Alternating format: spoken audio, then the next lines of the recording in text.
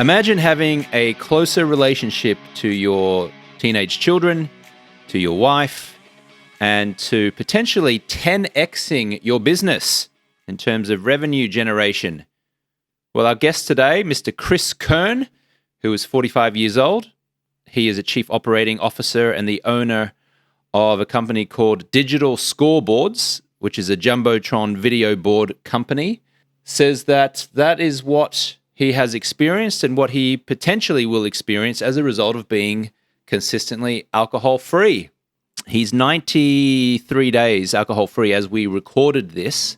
Well, actually, that's not right. He's 93 days alcohol-free from when he began our Project 90 experience, but he had 2 days alcohol-free before he began. So when we recorded this, he was 95 days alcohol-free overall. And as he is listening to us right now, he and his wife, Jennifer, are setting out on a 3.5-week road trip to go and watch their son, Griffin, play baseball.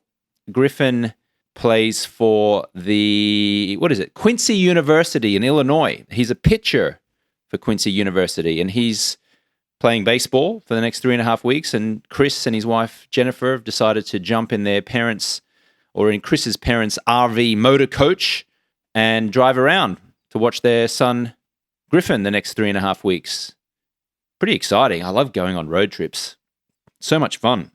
So have a great trip, Chris and Jennifer, as you're listening to me right now. I hope the road is great and freeing and wonderful. And good luck, Griffin, in your baseball games.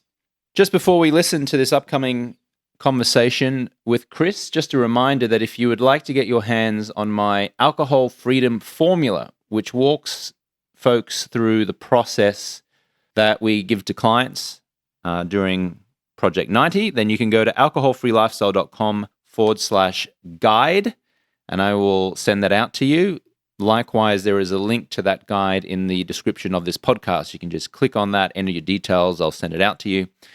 And if you consider yourself a high performer and, but maybe you're living life at about a 6, maybe a 7 out of 10, you're successful financially, probably, maybe you're married, maybe you got kids, maybe you've got most of your life in order, but there's this one thing that you just cannot get a hold of, or get a handle on, I should say, and that is alcohol. And your drinking habits, you have recognized, are holding you back from the quality of relationship that you want, or from the business that you want, or from the career or profession or the health.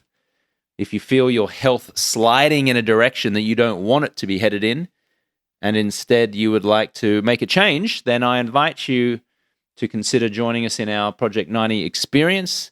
You can go to alcoholfreelifestyle.com/project90 for details. And if you'd like to have an exploratory phone conversation with one of our top coaches, just to see if this could be a fit for you, you're welcome to book a call at alcoholfreelifestyle.com/schedule.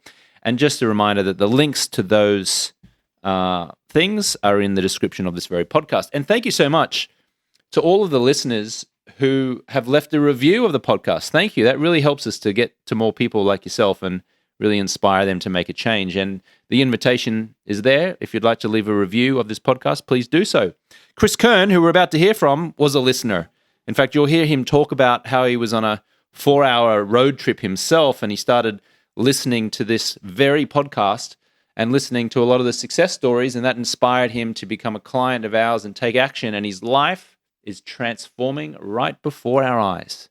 So here he is. Let's see how he had a much stronger relationship with his kids, strengthened his relationship with Jennifer, and in his opinion, now has the ability to 10x his business as a result of being alcohol-free. Here he is, Chris Kirn.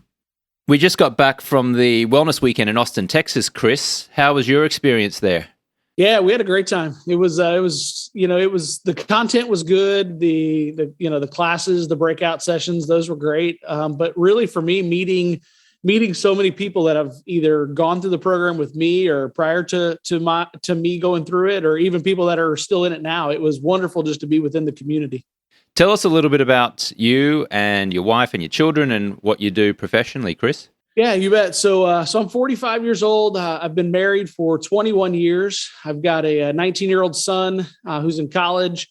I've got an 18-year-old daughter who's also in college, and we became empty nesters this year. So that's been a change for us around the family. But and then I'm also one of the founders and owners of a company called Digital Scoreboards. We specialize in Jumbotron video scoreboards for sports facilities, mainly in the high school and college space nationwide. Amazing. What's it like being an empty nester? It's in a lot of ways, it's been great. My wife and I've had a chance to reconnect on a lot of levels, and we've traveled a lot since our daughter went to college in August, which has been really great. We've ended up, with my job, it takes me to a lot of parts of the country for projects and games. And so in the past, I would always do those by myself, but now Jennifer's traveling with me, which has been great. And you and your wife, Jennifer, you've been married 21 years, which means you were married when you were 24. Is that right? I did. I was 24 whenever we got married. A little early in the process, but the timing was right, and we were excited to make that happen.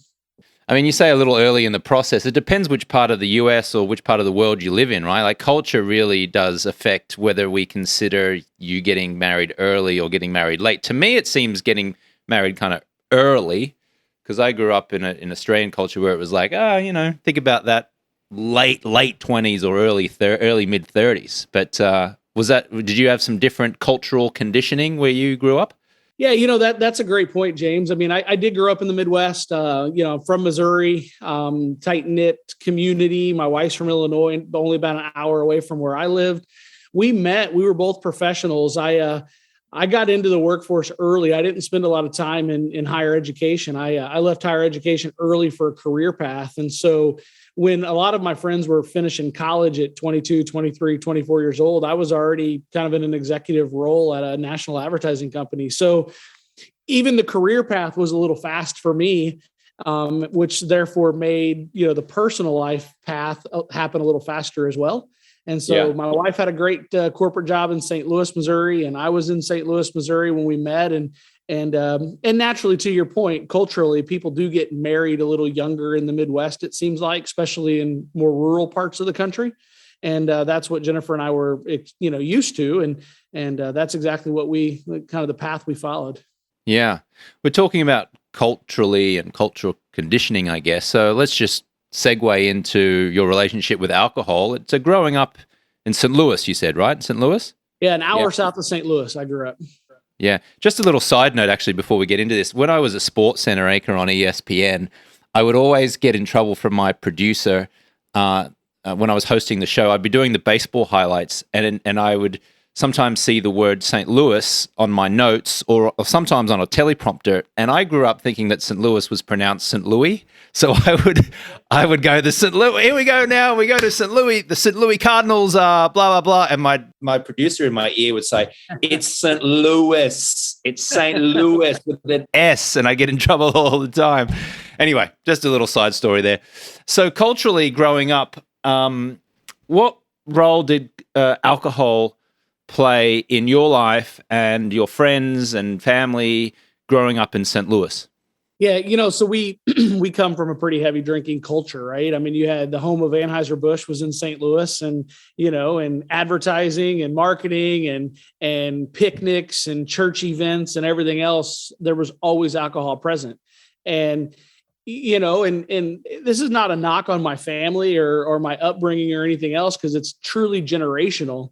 Even predates my parents, right? But alcohol played a consistent role in our family, whether it was birthdays, Christmas, family reunions, heck, even funerals. I mean, anything that revolved around a get together always had alcohol.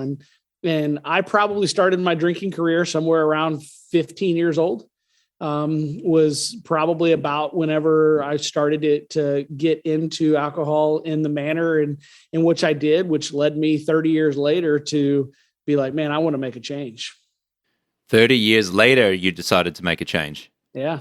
So not 30 days or 30 months later, but 30 years later. Well, I mean, through the program, there's been a lot of people that talked and, that said, our drinking careers, are so prominent over the course of our life that, it's really crazy to think back. I'm 45 and I've been drinking for 30 years, so 75% of my existence has had alcohol involved. And whether I live another, 30 years, 45 years, who knows what, I just knew I wanted it to look differently than the last, 10 or 15 or 20 have of my life. So before we get into what your experience has been like these past few months being alcohol free, for these 3 decades, the 30 years, how much were you drinking? What were you drinking? Why do you feel you were drinking? Just walk us through that. Yeah, everybody's drinking path is different, right? And I learned that in a hurry throughout going through P90 as well, because everybody had a different story relative to alcohol. And I never considered myself an alcoholic. And I hope that maybe this podcast resonates with some guys like me, because I was not a daily drinker. I was never a daily drinker. I mean, maybe I was in college, but, as an adult and as a husband and father, I was never a daily drinker. My drinking consisted of social events, hanging out with friends and family, special events, whether it was hunting season or going to a St. Louis Cardinal baseball game or St. Louis Blues game. So what you did there. St. Louis Blues game or whatever. And that's really where my drinking over the years got to, right? I mean, corporately, I worked for a couple great corporations and drinking was a very strong culture in both of those companies. And so, my problem with alcohol was that I didn't have a dial. I had more of an on-off switch. And so I didn't have to drink. I didn't crave it. I'd come home maybe occasionally and have a drink or two in the evening to unwind, which was not uncommon. And my wife and kids never had a problem with that because that's accepted in our society and the culture that we live in. My problem is every so often that switch was turned on and it didn't go back off until I drank too much and had a bad episode or passed out or, whatever you want to call it. And I was sick and tired of getting to that point in my life with alcohol. And that's what led me to want to make a change is I wanted to break the cycle. I'm not saying that, that my parents drink in that manner, but that's the culture that we grew up in. And it was accepted to get hammered on alcohol and wake up and be on a 1 or 2 day hangover. And people would joke about the hangover. Oh, you're hungover today, aren't you? Or whatever. And I'd be like, yeah, I certainly am. Drank too much last night. And everybody just laughs about it. And, there's a lot of people that count on me, my wife, my kids, my employees, my business partner. And I just knew that I was not anywhere close to the best form of myself whenever I was binge drinking or being hungover. Yeah. And this went on for 3 decades. It did. I told one of the coaches through the P90 program and all my peers that, looking at 21 years of marriage, I can probably count on 2 hands how many times my wife and I had a significant argument or fight. And every single time I can contribute alcohol to it, whether it was I drank too much or we were out of town and I couldn't drive. So we had to leave a car and Uber somewhere or whatever the case may be. And I just came to a realization that alcohol wasn't serving me. Right. It was just kind of like, occasionally it took me to a place I didn't want to go. And I'm not going to ever be the type of person that stands on a soapbox and tries to convince my friends and family not to drink. That's not who I am. Everybody's journey is different, but I was sick and tired of not knowing. I guess the best way to put it, James, is not knowing when that trigger was going to happen and drink too much. Yeah.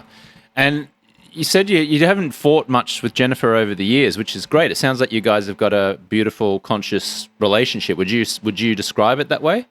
Absolutely. Yeah. We're great friends and have a really, really, great bond in marriage. And, a lot of my career success has been driven by her constant hand of challenging me, motivating me, being an unbelievable mom to our kids. And really, she manages the household in an unbelievable way that allows me to focus on trying to be the best provider I can.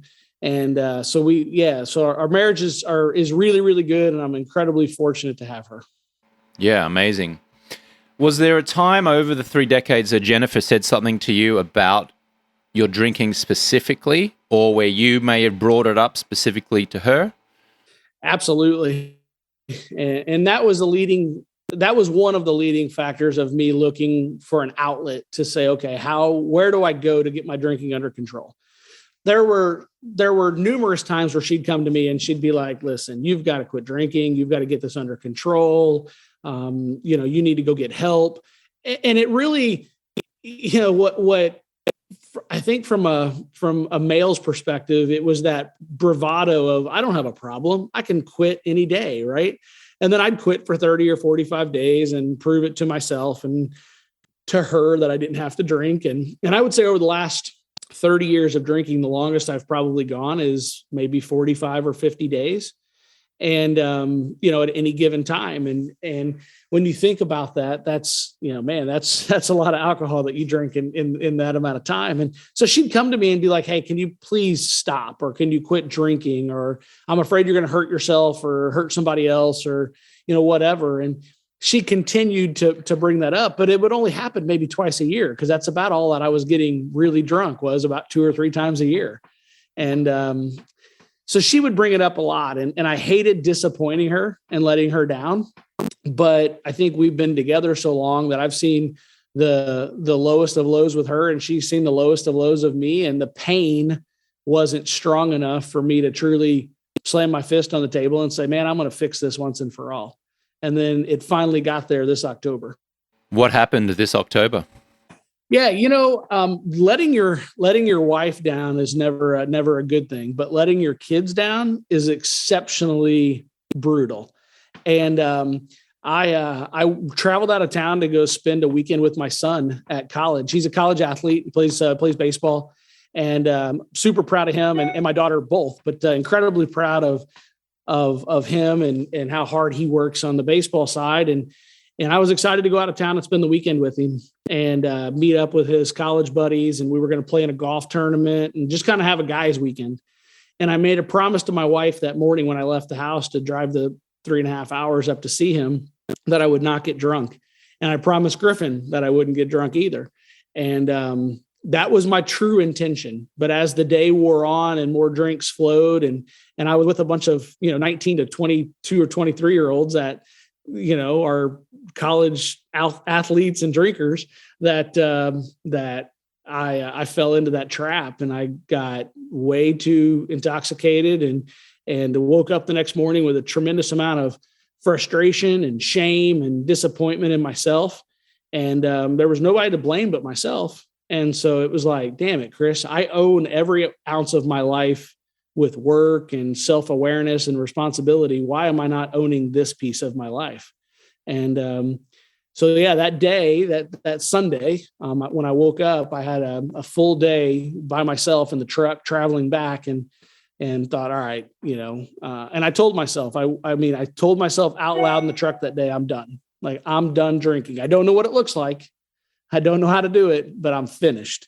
And I went online and started looking for podcasts on my long drive and stumbled upon yours. And I think I listened to Evan's podcast first, and it resonated with me in a lot of ways. And then I listened to another one. And before you know it, I'm 4 hours down the road.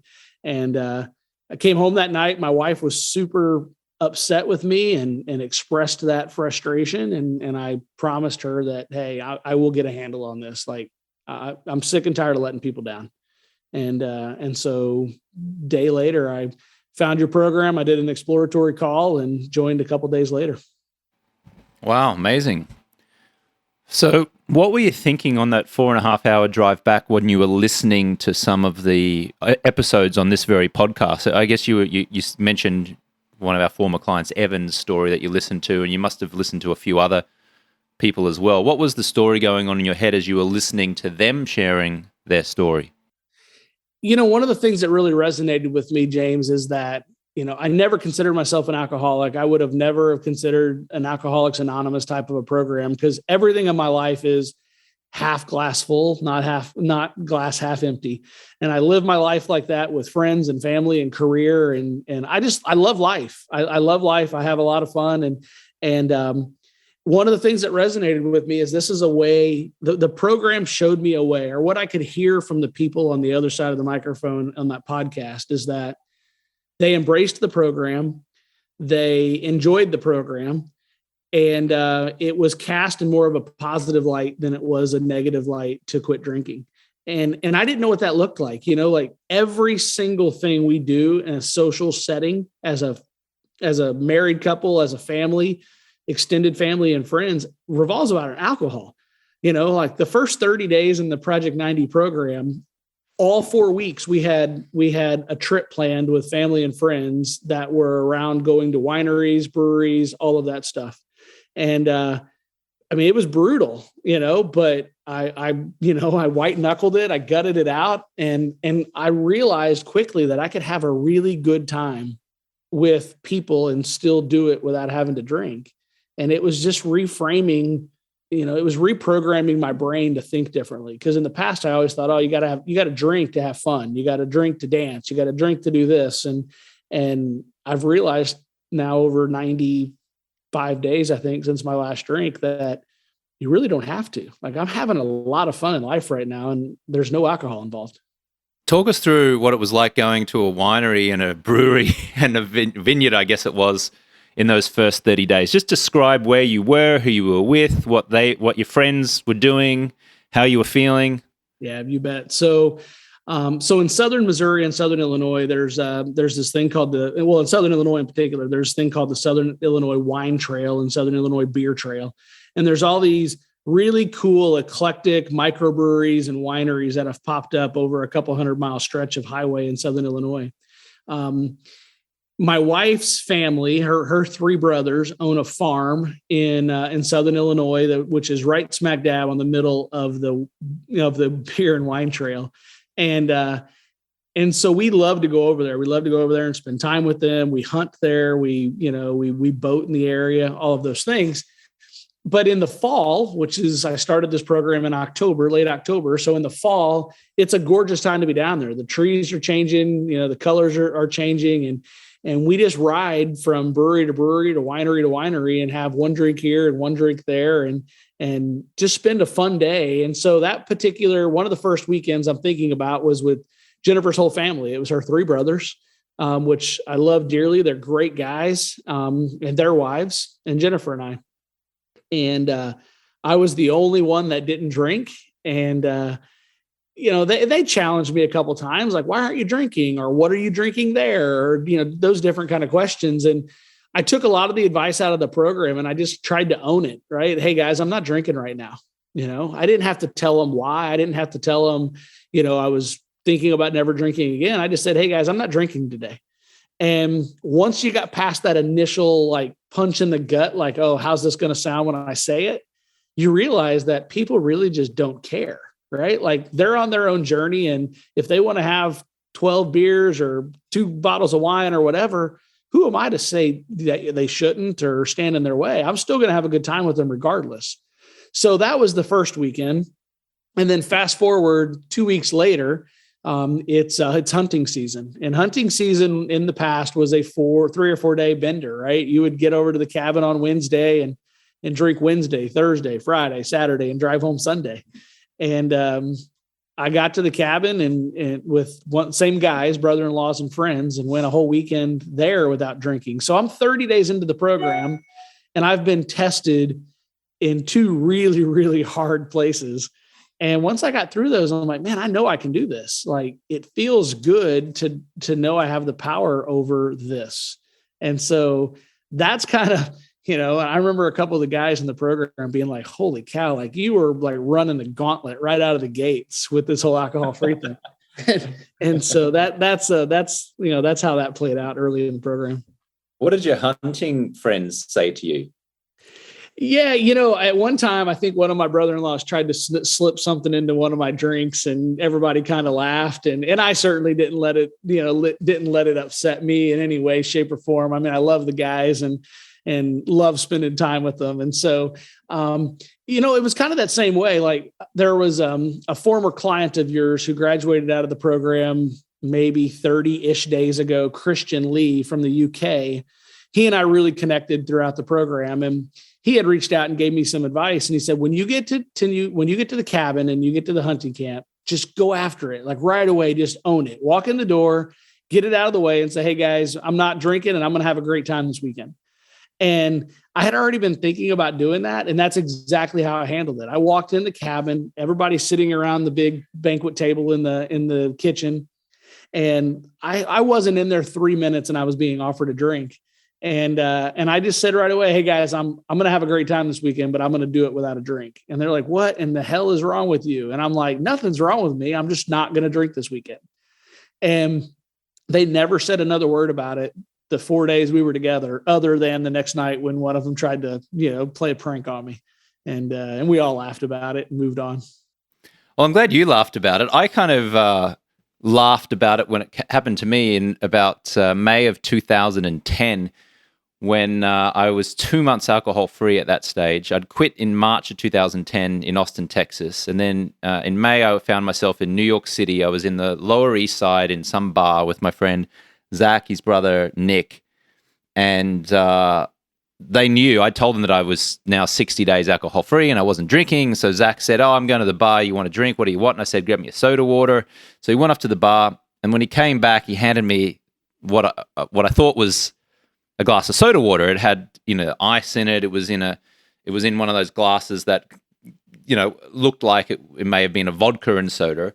And there was a piece of lime in it. So I thought, oh yeah, okay, it's soda water, exactly what I asked for. And I went to take a sip. And just before I got there, I noticed him looking at me intently with a sort of like a smirk on his face.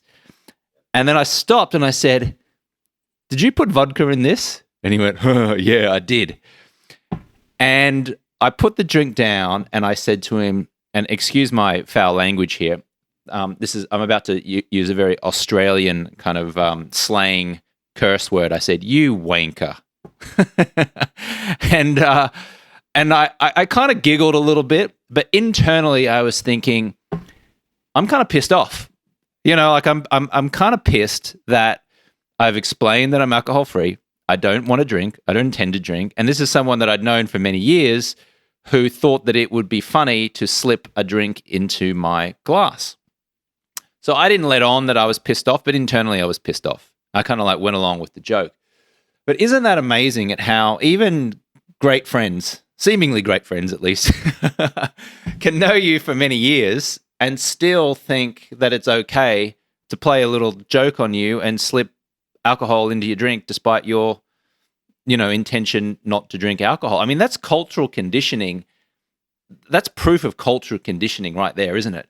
It really is. And we grew up in that culture, right? I mean, everybody drinks. I mean, I told Jennifer the other day, I don't know of a single person in my immediate circle or maybe even the extended circle between family and friends that don't drink. I might be the first one. Jennifer's never been that hard of, that big of a drinker. She would have the occasional, drinks with me or with friends. And then every once in a while, she may be overserved a little bit with wine or beer or something if we were out on our boat or doing something, but it was very, very rare for that to happen.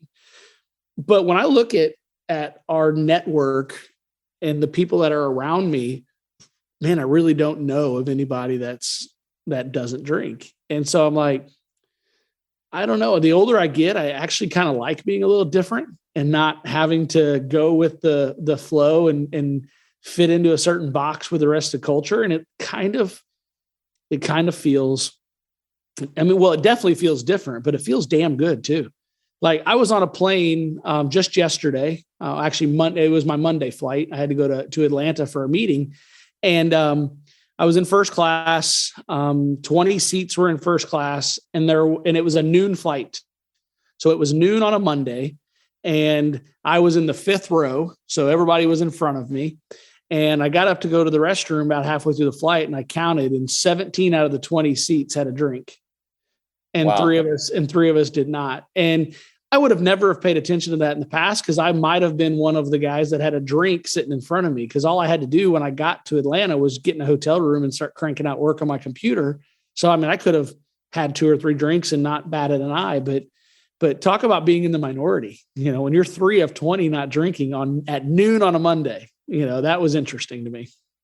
What was interesting was I had goosebumps when you were telling me that it feels damn good to be slightly different, because I really resonate with that. And I have considered myself to be a black sheep in many ways. And when I say black sheep, I mean, someone who maybe doesn't, someone who looks at life through non-traditional ways, I guess, live life in non-traditional ways in terms of health decisions, wellness, choices, certainly, living a wonderful life without alcohol. That's a black sheep activity when you look at the statistics of just how many people drink in this world. So for you to feel a glimpse of that, for you to start feeling that bubbling up inside of you, it's really inspiring for me to hear you say that. Now, I've also recognized about my own personality that a lot of my black sheep behavior or thoughts comes from an internal dialogue or an unconscious way of seeing the world, which is, you don't get to tell me what to do.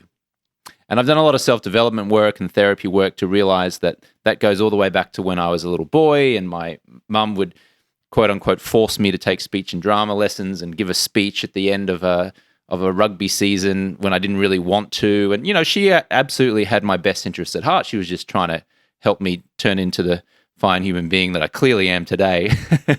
But I realized that 7-year-old boy didn't like being told what to do. And so later on, and now in my adult life, that shows up in me rebelling against traditional cultural conditioning, choosing the path that is different, that's not traditional. And quite frankly, I love it. I love it. And I love it because it serves me, not from a combative situation where I'm opposing 9 out of 10 people or 9 out of 10 ways of living in this world, but it actually fuels me. It inspires me. I've got energy. I sleep well. I feel good most of the time. I'm still prone to bouts of depression or sadness or a comparison analysis. So I look at other people and I go, wow, I thought I'd be further along than this, and they've got that. But I've got the tools now to process that and get out of that very quickly. So I hope that you identifying as a black sheep in maybe some ways really serves you and really helps you and inspires you as you continue on this journey, Chris. It's a lot of my path has been a little unconventional, right? We established that early on. I didn't finish college, right? I didn't, come out of school and go to work for corporate America at 25, get married at 30, have kids later in life, like others did. And so it was a little unconventional early on. I mean, I was, I had an unbelievable career path at a very, very young age, and things just, happened differently. So things were always a little different. The only way I was really like everybody else is, when it came to, society and drinking and social, events and everything else. And, I'm not going to sit here and say that I didn't have some amazing times in the last 30 years with a drink in my hand. I mean, quite frankly, I don't meet my wife if there's not a fraction of alcohol. We met at Mardi Gras, at a parade, in St. Louis, with a sea of humanity on the streets, and everybody's having drinks and celebrating Mardi Gras. And I just happened to be standing next to her in a crowd of people, and we just exchanged pleasantries and phone numbers. And I called her 2 weeks later and we went on a date, and I don't go to Mardi Gras probably back then if I was a non-drinker, and so I don't want to, be disingenuous and say, oh yeah, alcohol's this and alcohol's that, because I've had good times with it. But what I realized as I got older is it wasn't serving me in the true ways that ultimately mattered, right? I wanted to be more balanced. I wanted to be more grounded. I wanted to have more confidence and really be comfortable in my own skin and not have to be surrounded by so many people and slow down and just enjoy the hell out of life, because my goodness, this place is a great place to live and grow. And that's where I started coming to the realization, and I told myself through going through the program that if I can beat alcohol and society of me being a drinker, what the hell else can I do?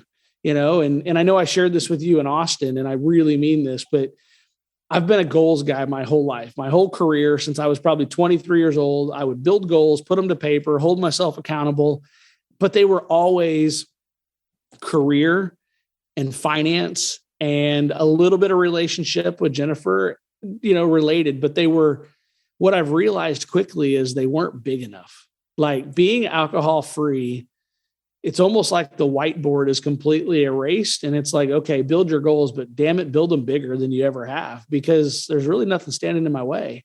And I'll give you an example of that. I shared this with the group a couple of weeks ago, and Coach Victoria said, hey, you got to share the story with James because it will resonate with somebody. So about, I don't know, it was in mid-December. Our company's been growing. We're on an unbelievable trajectory. Things are going well. Actually, before I go there, let me back up. So when I first started the program, when you were talking about in your early videos, you were talking about operating at a 6 out of 10 versus a 9 out of 10. And how, yes, this program's expensive, but the ROI will greatly, be increased and so on and so forth. In complete transparency, I had a mental block there. Like I had a mental block that said, man, my life's really good. And I'm operating at more of better than a 6 out of 10. And financially, I'm in a good place. Our business had just 3x'd in 2021. And so I'm just about ready to finish the year, and we've 3x'd the company.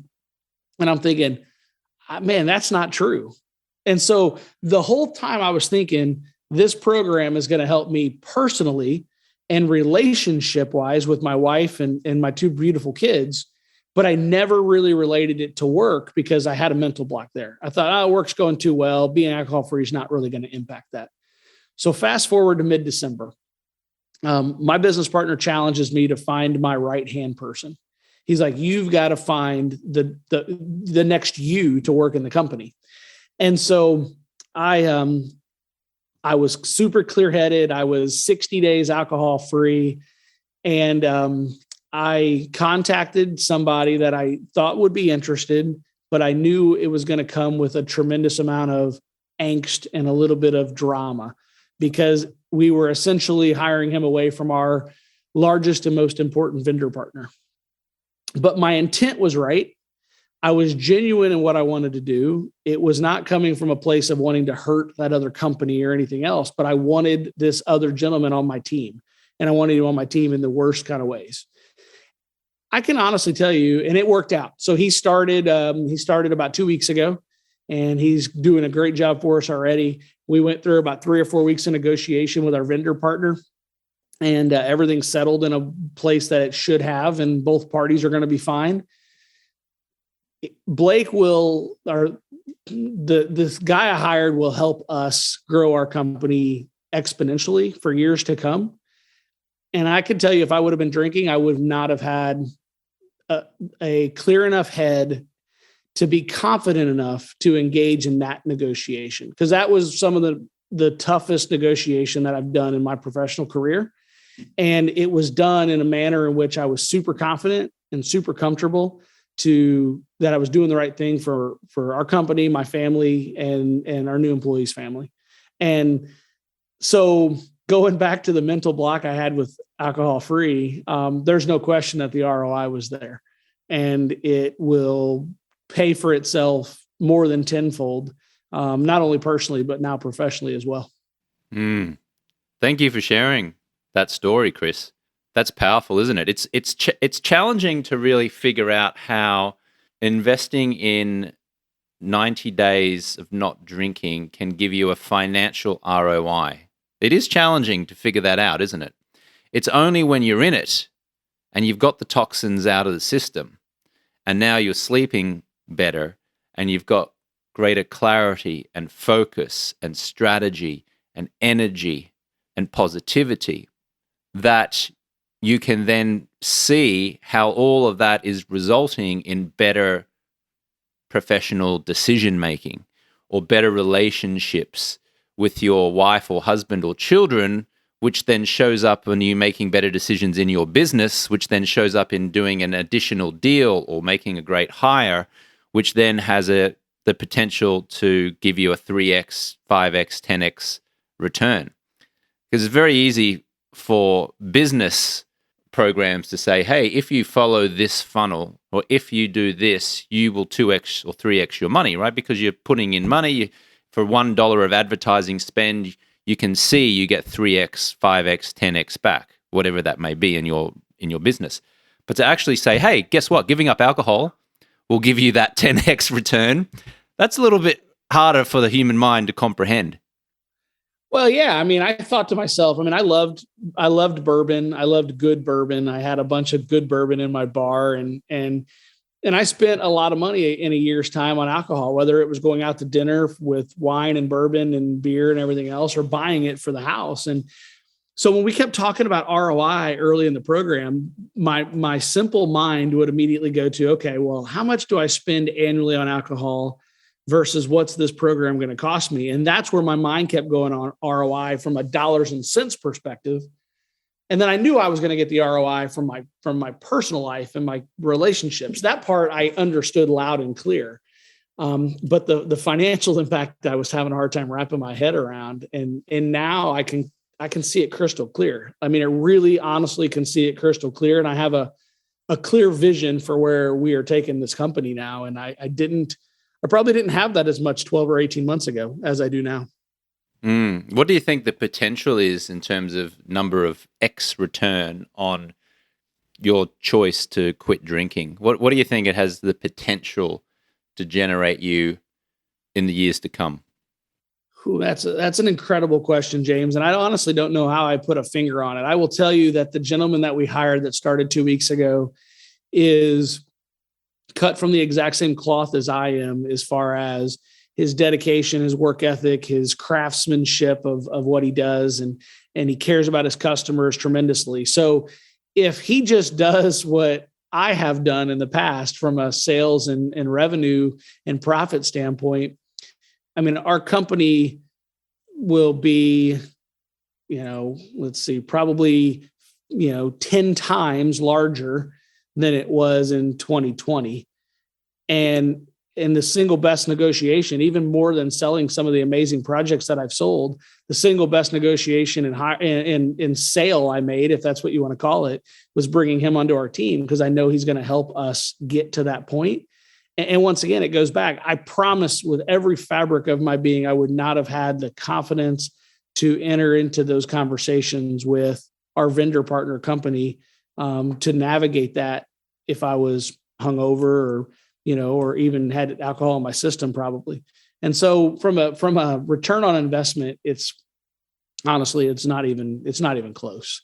I mean, the gap is that wide in my scenario. It's probably not the same for everybody. Some people might be working for a corporation or have a set salary or whatever. In my case, I make what our company makes, right? So, being an entrepreneur, it's the bigger your company, the more you make. And so for me, I can't even probably really put it to paper just yet. Yeah, amazing. Thanks for sharing that again. And so tell me, what feedback have you received from Jennifer and or your kids and or colleagues or staff or friends or acquaintances about this, what seems an upgraded version of Chris? Well, I can tell you, to summarize it, Jennifer and the kids are incredibly proud of, the step that I made, because they were, once again, my drinking wasn't in the sense out of control where it was happening weekly, daily, monthly, but it was probably quarterly or whatever. And it's that whole, I could do 9 things really, really well, but that one thing that I screw up, that's what the focus gets, right? That's just the society that we live in. And that's not a knock on Jennifer, the kids, friends, coworkers, anything else. That's just natural, right? When a negative outweighs all the positive things that you do. And I do a lot of positive stuff, for myself and our family and everything else. But I was sick and tired of that one, slip up overshadowing everything else. And so that they've reminded me a lot of that. I know that we had a death in the family a few weeks ago, and that was incredibly hard, and everybody was emotional, and Griffin was getting ready to go back to college after the funeral was over, a day or two later. And he just gave me a huge hug, and we were both kind of tearing up and crying a little bit, some because of the loss in our family, and some just because everything was emotional, and he was heading back to college for the second semester and baseball season and everything else. And he just gave me a huge hug and told me he was proud of me, and that felt incredible, like absolutely incredible. And then I've had those exact same exchanges with my daughter, who, is at college just about an hour away.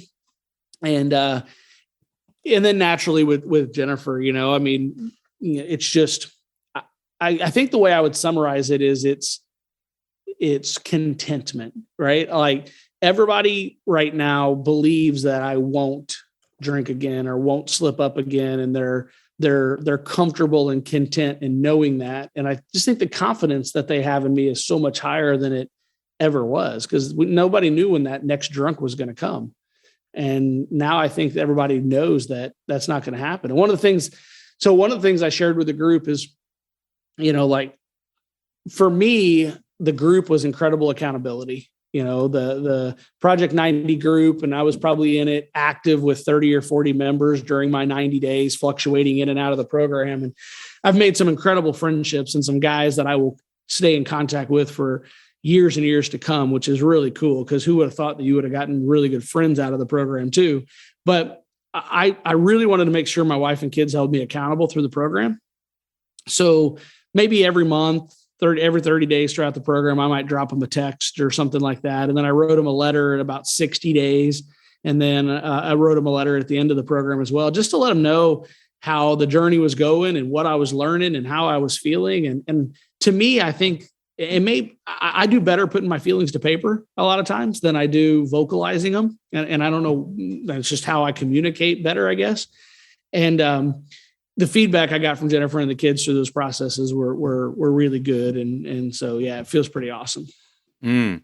And Jennifer was with you in Austin at our Alcohol-Free Lifestyle annual wellness weekend. That's a bit of a mouthful, isn't it? And we spent 2 days together there at the Hyatt Regency on Lady Bird Lake in Austin, Texas. And what was her experience like? What did she say to you about meeting other Project 90 members in person, about meeting me, about meeting Coach Victoria, about the speakers that we had, about just being able to connect with people? What were her observations about that experience? Yeah, so Jennifer has always been an incredible quick read of people and character. So it's always fun or sometimes it's fun, maybe sometimes it's not, but it's mostly times fun when she's like, okay, yeah, that person's somebody that's really cool, I'd like to get to know, or whatever the case may be. And so she had some of those observations early on, and really had some really good conversations with a couple ladies that are in the P90 program, and they connected in Austin a little bit and shared some good conversation. And actually, we're going to go see one of them here in a couple of weeks. We're going on a 3.5 week trip to watch our son's college baseball team play across the southeast of this part of the States, and we're going to drive right through a city where one of the ladies in the program lives with her husband and small kids. And Jennifer, told her, hey, we're going to stop by and see you. So I bet we do, right? That's just how we are. We'll probably swing through and have lunch or dinner or something with her and her husband and enjoy the trip. But Jennifer enjoyed, I think for her, the weekend was kind of twofold. It was support me. And that was really the main reason she went. It wasn't so much for her to get something out of the weekend as it was for her to support me. And that meant the world to me. And I expressed that to her, the first night we were there, that how much it meant to me that she went. Cause she was like, originally she's like, why don't you just go by yourself? And I would have, but it felt a lot better with her being there to support. So first day, some of the sessions were great. We both took some really good things out of it. And then the rest of the weekend, she really was using it for kind of some mental health for her too. The loss in our family was on her side. And that it's been, it's fresh. It's only been, 2 weeks or so. And so, I think it was support me, be with me, but also spend some time with herself. And I think the weekend offered her the ability to do both of those things. So I was certainly grateful that she went with me and she enjoyed the weekend. Mm. Yeah, terrific. We did some silent disco dancing and some breath work where we got into our bodies a little bit. Was that a bit awkward for you, or did it feel all right in the end? Yeah, no, it was good. I think, I think for me, you just had to let it take you where, it needed to take you, right? Like one of the things that I've realized being alcohol free is, like, I don't know whether it was, hey, we're going to go to a school dance and, oh, you got to drink so you can not look awkward on the dance floor. Well, you're still going to look awkward on the dance floor. You just don't realize that you're looking awkward on the dance floor. Right. And, and so at the end of the day, it goes back to what we were talking about early on. It's okay to be different, right? It's okay to be different. It's okay to be unique and just be comfortable in yourself. And man, I've really learned that in these last 90 days with a lot of the work that we've put in and the people that we've met and the advice that has been shared with some of the recent graduates. I was incredibly blessed to go through Project 90 within 2 or 3 days of a couple other guys that we made an amazing connection.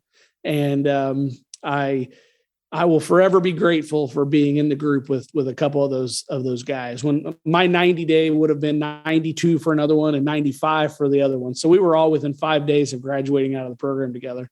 And I learned a lot from those guys, and a lot of it was just being comfortable with being yourself, right? Be your own best friend, just like enjoy life and enjoy yourself and not worry about the rest of the stuff. And so to your question on the silent disco, I'd never done anything like that, but it was fun. I enjoyed it, and just got into the music and just kind of let your body be. And that was cool. And then on the breath work, I actually missed that session.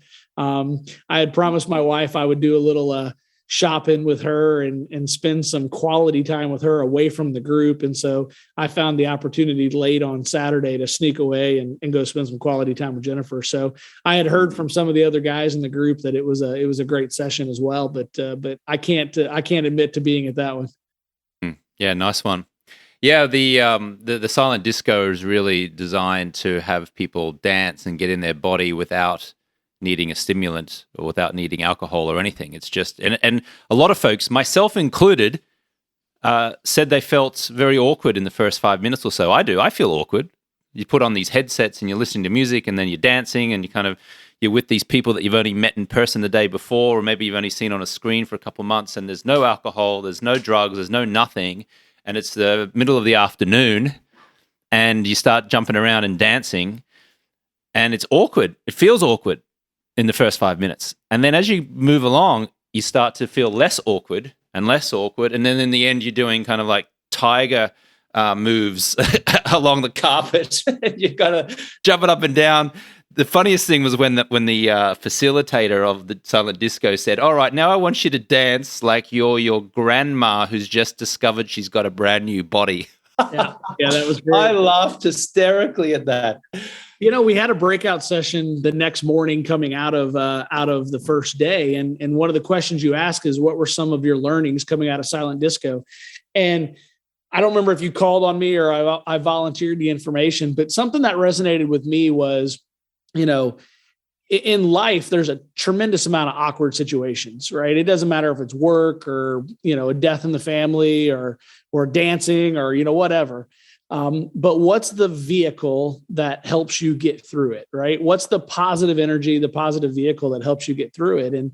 And as I reflected on the silent disco, that resonated with me because the music, the playlist, the techno playlist that the silent disco was playing, that's what gets you through that silent disco, right? Is you just put yourself in the music and you just let your body go. And then as I started thinking about, okay, what did I learn from being in a silent disco? A lot of it to me was that next step, right? Like in life, the next time I'm uncomfortable and I don't want to do something, what's the vehicle to make me comfortable? Because it's not going to be alcohol anymore. So what is that vehicle to make me comfortable? And I don't know, that's kind of how that was the metaphor that I used to tie it all together. Yeah. Wonderful. Well, Chris, thank you so much for sharing your story and your journey with us. You're very eloquent and well-spoken and very clear about the clarity that you've generated the past 90 days, and also looking at that from the perspective of looking back on the last 3 decades and the culture that you were in as it related to alcohol, And it's been a real honor and pleasure to see you transform in front of our eyes. And I say that on behalf of Coach Victoria, who's worked with you very closely inside of the Project 90 group. And also, I see it on the little video selfies that we share in our community from other clients who are always speaking so positively about you. And I want you to know that I noticed you supporting others, I noticed you sharing, and I noticed other people being very appreciative of your participation and of your encouragement to them. So first of all, congratulations. And I can't wait to continue to watch your journey. And secondly, thank you. Thank you so much for playing full out and leaning into this group so powerfully. Yeah, I appreciate that, James. I sincerely appreciate you for creating the program and having the foresight of maybe what needs, what are some improvements that society needs, because this program truly can change a person's life. As I know it did me, and I know it did a lot of the people that preceded me, because I'm still in contact with many of them. And whether it's saving marriages or relationships with kids or, careers or whatever, it's, the ROI and what you've created is remarkable. And you've got to be incredibly proud of what you've built as well. And then naturally hiring some really cool coaches. Coach Sarah has been awesome. Coach Victoria has been great as well. And then the Marco Polo community, like you mentioned on the video selfie stuff, is amazing, because getting to connect with common everyday people from around the world that are on a similar journey. It's, I tell people that there's not like this like secret, like unbelievable scientific thing that happens in P90. It's quitting alcohol in a manner in which is super common sense with people around you that support you. And for real people, that's pretty powerful, because the proof's really in the community and the content that you put in front of us. So for that, I appreciate it sincerely, because it's changed my life and it's changed my family's life as well. You're so welcome, Chris, and thank you again. Chris Kirn, thank you so much. And to you, the listener, thank you for listening. And we will catch you on the next one. See you.